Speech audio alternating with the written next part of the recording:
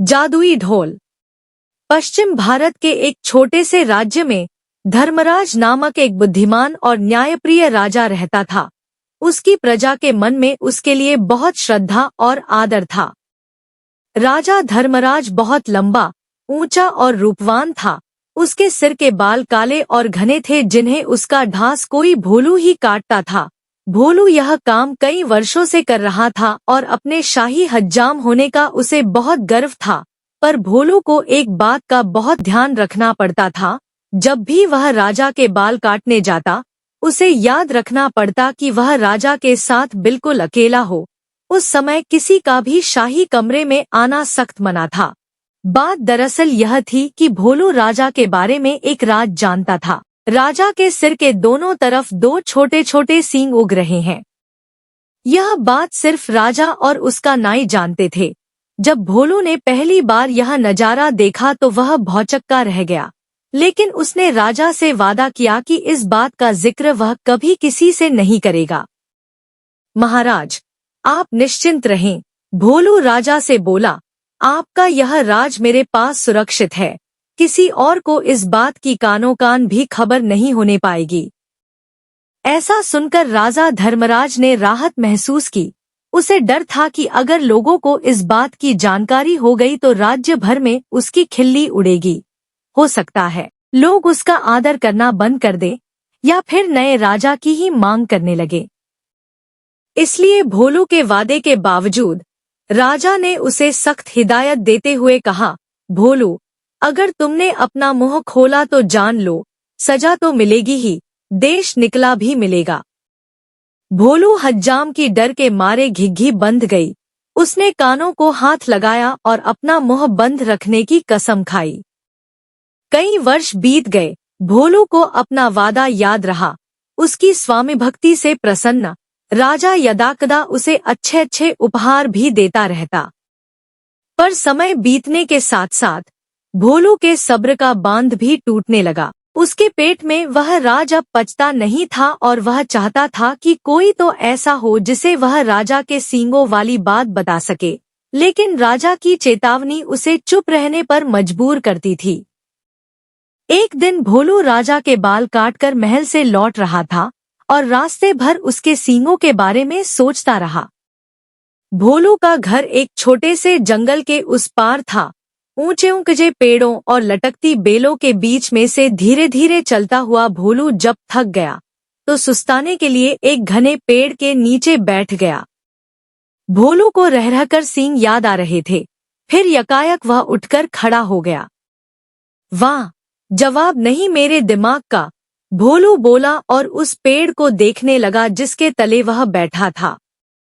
भई, इस पेड़ को तो बता सकता हूँ ना, राजा के उन अजीब सींगों के बारे में। अब यह रहस्य मेरे पेट में नहीं पचता। पेड़ तो बोल सकता नहीं और इस तरह किसी और को यह बात पता चलने का डर भी नहीं है।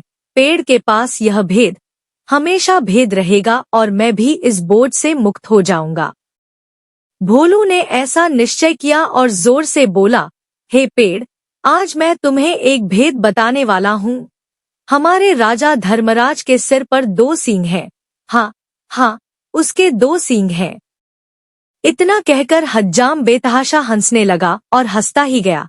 हाँ हाँ हाँ, हो, वह भयंकर भेद आखिर खुल ही गया। भोलू खुश था, उसका भार जो हल्का हो गया था। उसके बाद वह आराम से घर पहुंच गया। अगले दिन एक लकड़हारा उसी जंगल में गया और उसी पेड़ के पास जाकर रुक गया। इस पेड़ की लकड़ी तो बहुत शानदार है, इसका ढोल बड़ा अच्छा बनेगा, वह सोचने लगा।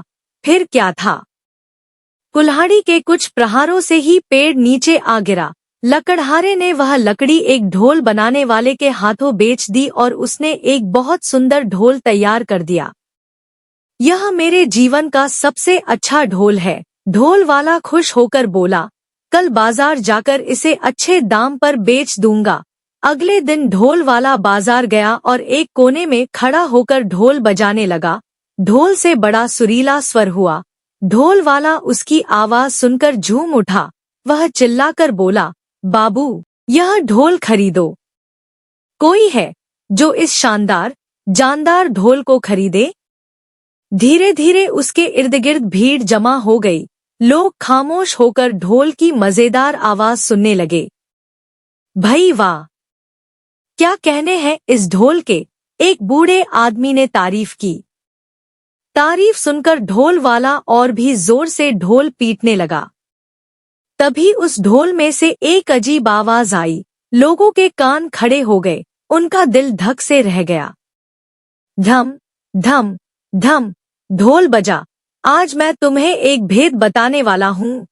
हमारे राजा धर्मराज के सिर पर 2 सींग हैं।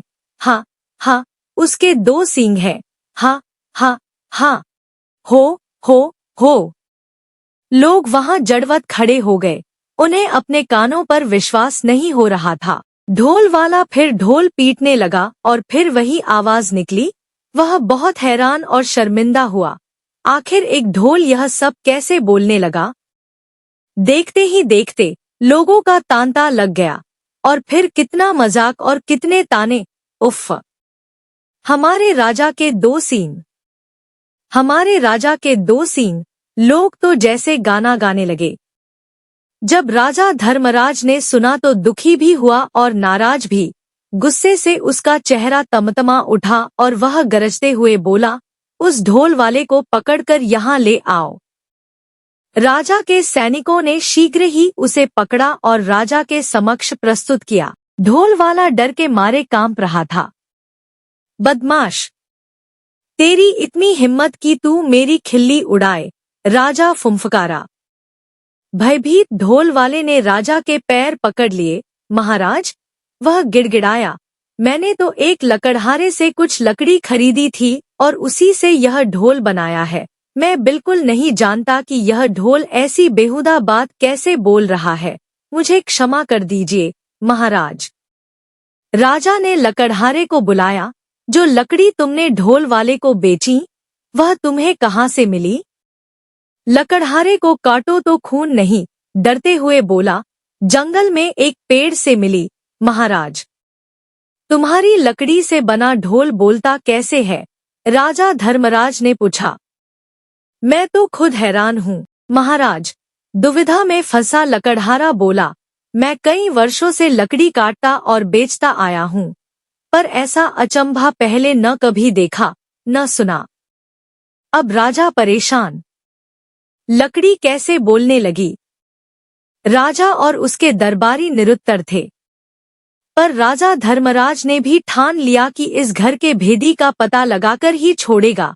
वह सोचने लगा, उसके अलावा सिर्फ एक ही व्यक्ति यह भेद जानता था और वह था भोलू नाई। पर भोलू तो इतना निष्ठावान है कि इतने सालों बाद भी उसने अपने मुंह को ताला लगाए रखा है। नहीं, भोलू ऐसा नहीं कर सकता। फिर भी उसने एक बार भोलू को बुला भेजा। भोलू को जल्दी से हमारे सामने पेश करो, वह अपने सैनिकों से बोला। भोलू नाई आया, ऊपर से नीचे तक थरथराता हुआ। भोलू, एक तुम ही हो जिसे मेरा भेद पता था। तुमने और किसे बताया? सच उगल दो वरना सजा पाओगे। महाराज, डर से भोलू हकलाने लगा। आप तो जानते ही हैं, मैंने कितने वर्षों से अपना मुंह बंद रखा, पर मेरे लिए यह बात छुपानी मुश्किल हो रही थी। मैं चाहता था कि कोई तो हो जिसे मैं ये राज बता सकूं। बोलते बोलते भोलू रुक गया और सिर झुककर खड़ा रहा। बोलते रहो, फिर क्या हुआ? राजा धर्मराज रुखाई से बोला। भोलू धीरे धीरे फिर बोलने लगा। एक दिन जब मैं जंगल के रास्ते से घर लौट रहा था, मैं आराम करने एक पेड़ के नीचे बैठ गया। बस आपके बाल तब काट कर ही आ रहा था और उन सींगों के बारे में भी सोच रहा था। काश मैं उनके बारे में किसी बात कर पाता। आखिर मैं भी इंसान हूँ। तभी मेरे दिमाग में एक बात आई और मैं पेड़ को यह राज बताकर हल्का हो गया। सोचा कि पेड़ को बताने से क्या नुकसान। क्या मालूम था कि इसकी लकड़ी ही बोल पड़ेगी। अब समझा, बुद्धिमान राजा ने पहेली बूझ ली।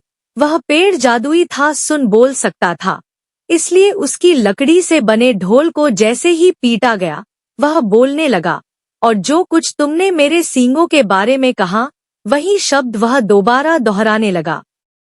जादुई ढोल की उलझन सुलझाने के बाद राजा ने भोलू नाई की तरफ देखा। भोलू शर्म से सिर झुकाए खड़ा था। लकड़हारा और ढोल वाला भी पाने हाथ बांधे सजा का आदेश सुनने के लिए खड़े थे। राजा धर्मराज बुद्धिमान ही नहीं, न्यायप्रिय भी था। उसने तीनों को क्षमा कर दिया क्योंकि वह जानता था कि ढोल के जादुई होने में उनका कोई दोष नहीं था। वह मुड़ा और उनसे बोला, मैं तुम सबको माफ करता हूँ। तुम तीनों लोग जा सकते हो। तीनों को अपने को क्षमादान मिलने पर विश्वास नहीं हुआ। राजा नमन करते हुए वे बोले, राजन, आप महान हैं। आपकी इस कृपा के लिए शत शत धन्यवाद। वीडियो अच्छी लगी हो तो प्लीज लाइक एंड शेयर, और अगर आप चैनल पे नए हैं तो सब्सक्राइब जरूर कर लें।